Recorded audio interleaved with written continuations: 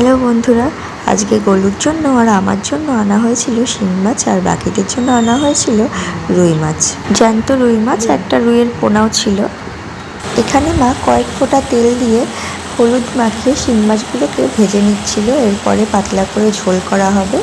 রান্নার টাইমে গোলু কিচেনে থাকতে খুব ভালোবাসে, তাই ম্যাক্সিমাম টাইম মায়ের ওকে কোলে নিয়েই রান্না করতে হয়।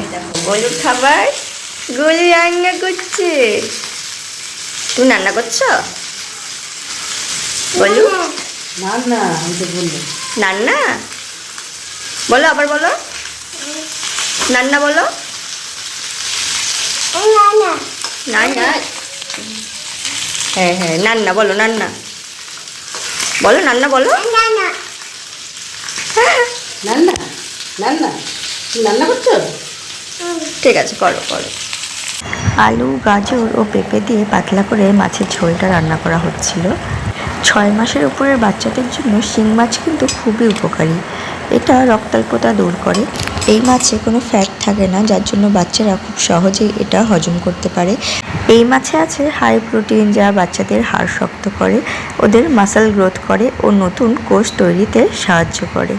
এতে আছে প্রচুর পরিমাণে জিঙ্ক, পটাশিয়াম, যা বাচ্চাদের ইমিউনিটি বুস্ট করতে সাহায্য করে। আর এইটা বাচ্চাদের মধ্যে দুর্বলতা ভাবটাকেও কাটিয়ে দেয়। তবে খুব সাবধানে কাটা বেছে খাওয়াতে হবে। এই মাছের পিঠের দিকে অল্প কিছু কাটা থাকে।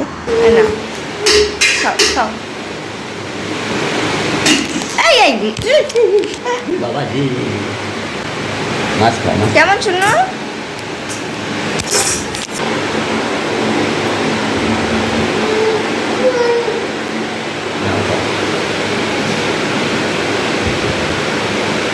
ভালো, ভালো খুব টেস্ট। আর খাবা? ঠিক আছে, দাঁড়াও বেছে দিই।